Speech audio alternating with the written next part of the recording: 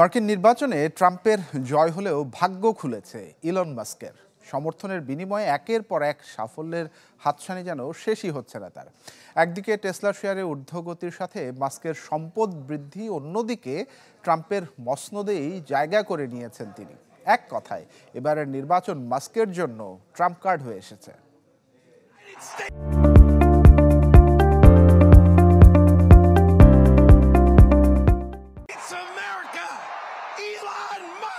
সফল উদ্যোক্তা, উদ্ভাবক, শীর্ষ ব্যবসায়ী থেকে এবার প্রশাসনিক আমলা।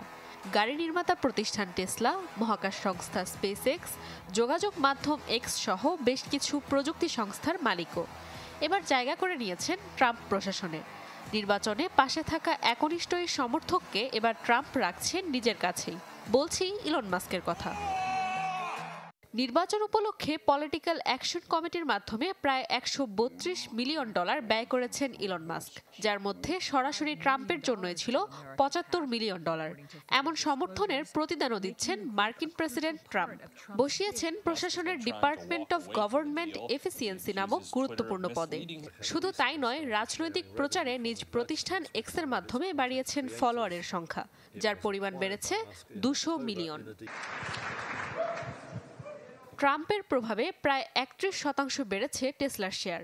4 নভেম্বরে 779 বিলিয়ন মার্কেট ক্যাপিটাল থাকা এই প্রতিষ্ঠান সপ্তাহের ব্যবধানে দাঁড়িয়েছে 1.12 ট্রিলিয়নে। ফলে আবারও স্টক মার্কেটে $1 ট্রিলিয়ন প্রতিষ্ঠান হিসেবে স্থান পেয়েছে টেসলা। সাথে তার সম্পদও বেড়েছে $55 বিলিয়ন।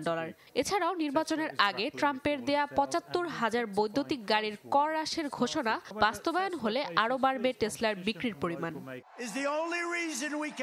সর্বোপরি ট্রাম্পের জয় যেন মাস্কের ব্যবসায় ট্রাম্প কার্ড হিসেবে কাজ করছে বলে মনে করছেন বিশেষজ্ঞরা।